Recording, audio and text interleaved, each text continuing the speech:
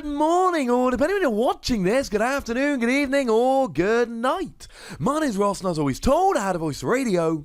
So today, we're looking at one of the silliest, one of the riskiest, one of the memeiest, and I don't even mind if I'm using that word wrongly at this stage, decks that's going to be coming out of Tag Bolt in Japan.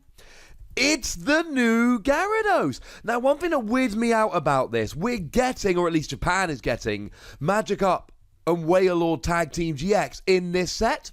We are actually getting it in the Towering Splash box, but they're getting it in this set. And then they're getting a separate Magikarp and Gyarados in the same set as Magikarp's getting a Tag Team GX. It's a little bit weird to me. But you know what, ladies and gentlemen? I'm going to allow it because I don't have a choice. So, this Gyarados then, also, right, as a side note, although the Magikarp from Crimson Invasion does have an awesome ability that just protects it on the bench, and is the de facto Magikarp you want to use, this one's actually got a really nice attack. Flip a coin, if heads, choose a card from your discard pile which evolves on this Pokemon, and evolve this Pokemon into it. Now, you can't use it, it's too risky on a coin flip, but I thought it was worth noting.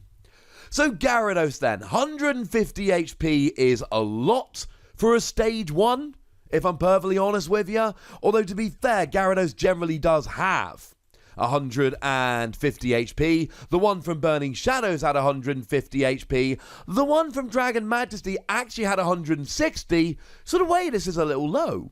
It does have a retreat cost of 4, so Brawny Pads can add an extra 50 damage. I constantly say 40 for Brawny Pads. It definitely is 50. I'm just so used to cards like Bodybuilding Dumbbells, for instance, and Fighting Fury Belt that did an extra 40. So that puts it up to 210 on a non-GX stage 1, which is over the top phenomenal. The problem is weakness to lightning could be an issue. Jolteon GX is a huge Pokemon over in Japan at the moment, as is Zapdos. But having said that, Zapdos' only attack doesn't hit for weakness, so that's not going to be the biggest issue ever. Jolteon, however, will be an issue. What we really love about Gyarados, and I should mention our translation comes from the lovely David Hochmann over at limitlesstcg.com/translations, and what we really like here is the first attack. 1 water energy, 30 damage, not looking great so far. Reveal the top 7 cards of your deck. This attack does 30 damage times the number of energy cards revealed, water energy. Then shuffle the water energy back into your deck and discard the remaining cards. Now, if you hit 7 water energy, and just to be clear, right, you're almost never going to hit 7 water energy. But let's say you did hit 7 water energy here. That's 240 damage. It's essentially 8 times 3. That's nuts. That's over the top. Now, here's the downside of Gyarados. You discard all the non-water energy. Now, what's really cool is that this is kind of a self-perpetuating attack. Now, the thing I need to mention is this is for a single water energy. So you do not need much to get Gyarados going. 1 Magikarp, and let's not forget, right, you're a water Pokemon, so you've got Brooklet Hill here. To be fair, you've also got Aqua Patch, but that's way less relevant, given that, well, you're only using a single energy attack here. So, it's there, but it's much less relevant. I also should mention you're hitting weakness against Blacephalon, which is like the best Pokemon in the format at the moment. Ha! In your face, Blacephalon. But this keeps getting better and better. So, let's say for argument's sake, you've got 20 cards in your deck, and let's say 6 of them are energy. Well, now 6 out of 20 cards are energy. Cool. You use this attack, you hit 3 energy for non-energy, the energy go back in, the non-energy get discarded, and now you've got 6 out of 16 cards being energy.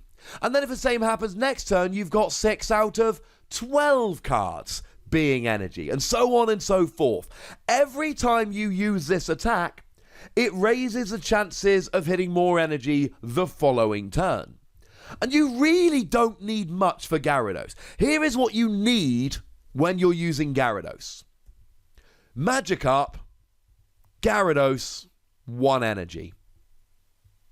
Now, you may well need Choice Band. just to do a bit of extra damage, but you don't have to have Choice Band. You will probably need Rescue Stretcher to recover them, and you need to have kind of all of your Magikarp and all of your Gyarados so you can keep going. The good news is your energy doesn't get discarded, it gets shuffled back in. So even though you will need energy, that's not a problem, because as the game goes on, your deck gets more and more energy, so you're more and more likely, proportionally more energy. Obviously, it's the same amount. So you're more and more likely to draw into the energy you need here, which is really good. You're going to get that energy. So this deck can go wrong. Discarding the non-water energy can absolutely go wrong here.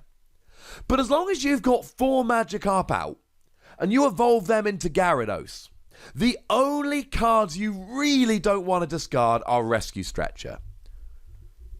And if you can get 6 Gyarados during the game, it doesn't matter what else you discard, because you're going to be doing more and more damage as you go on, and just getting a whole bunch of big KOs. Also, might I suggest Energy Recycler here, maybe even Energy Recycle System, so that essentially when a couple energy do hit the discard, you can get them back into your deck. So your deck essentially becomes all energy, and then every turn you just hit 240 for 1 energy. Which at that point, it does become phenomenal. And look, this is a great attack. The problem is, this is a really, really hard deck list to make. Because on the one hand, you want to have lots of energy, so you can do lots of damage with Gyarados. And then, of course, you want to have enough non-energy that you're consistent. You don't want to draw an opening hand of Magikarp and 6 energy, and then top deck energy for the next 3 turns and lose. I'm joking. You won't last more than 1, maybe 2 if your opponent has a slow start. Remember, Magikarp always has 30 HP. And as a side note here, the Magikarp from Crimson Invasion, remember, you really need to get all of your Magikarp out nice and early. Cards like Nest Ball and Brooklet Hill are your friend here. Not to mention, Professor Round Lecture can get them out. And then they're sitting on the bench, and something like a Tapu Koko or a Latios could do a huge amount of damage. But the fact that they've got that ability to protect them on the bench is great. It'll be turned off by Alola Muck, which some people are playing, but other than that, you're golden. It's just that you've got to set up, and you've got to have enough energy in your deck, and then you've got to have recovery cards. Because once you've got your 4 Gyarados down, you still need 2 more Gyarados. And if you end up discarding all of your Rescue Stretcher in the early game, that could be a problem. Maybe you end up playing something like Lantern here. And I think Lantern could actually work. Now, what Lantern does, and it's a little bit awkward. Oh no, wait, it's not, because it's for 1 colourless energy. Shuffle 4 item cards from your discard pile back into your deck. This could literally need something like Lantern in order to actually work. Because make no mistake about it, the HP is great. The damage you're doing is great, and this attack gets better and better as the game wears on. But it's that issue of trying to mix consistency and playing lots of energy, and then getting rid of lots of stuff. Once you've got your 4/4 Gyarados down, all you need is recovery cards. Everything else will take care of itself. You've got lots of energy to draw into, and you've got lots of energy to do damage. The issue is you need to draw your Rescue Stretchers. Maybe Lantern will help. Either way, you know people are going to play around with this. And although this looks too awkward, I want to remind you all that when I showed you Granbull, an awful lot of people said, well, it does 160 for 1 energy, but only if you got 0 cards in hand. That'll never work. Granbull has proven to be one of the very best decks in the format at the moment. Granbull absolutely works. Whether Gyarados will, I am less sure than I was with Granbull, but it absolutely could. Now, as for the second attack here, we ain't going to spend much time. 3 water energy, 100 damage, discard an energy from your opponent's active. Sure, you can play Energy Denial here, and that's all well and good. And sure, it'll get a 1-hit KO on a Blacephalon, but that is not what Gyarados is designed to do. Gyarados is designed to have a deck which is nothing but energy, where you do 240 for a single energy on a huge stage 1 Pokemon. That's what Gyarados does. This second attack, I could not care less. It might as well not have a second attack. If you're having to use a second attack, something has probably gone very, very wrong. I've told you a few times, I went to a League Cup recently with Granbull. I played 6 rounds. Best of 3.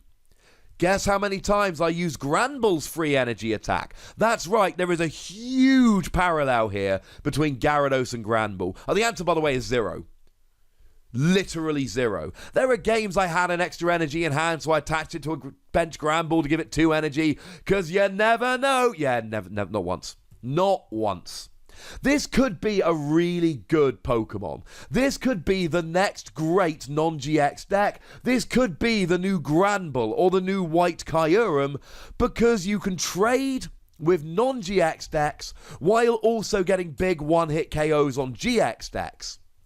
Or it could just be too inconsistent to ever get working. I'm going to give it 4 Wassies for the time being, and I may well end up regretting that. But if I do, I might regret it because actually it's one of the best decks in the format. I should have given it 5. Or I might regret it because it's a fun little meme deck that you want to take to League but nothing more. And I should have given it 3. So I settled on 4. But hey, there's a comment section. If you want to argue, might I suggest heading on over there. Go nuts, but please do remember the rule. Be nice, would ya?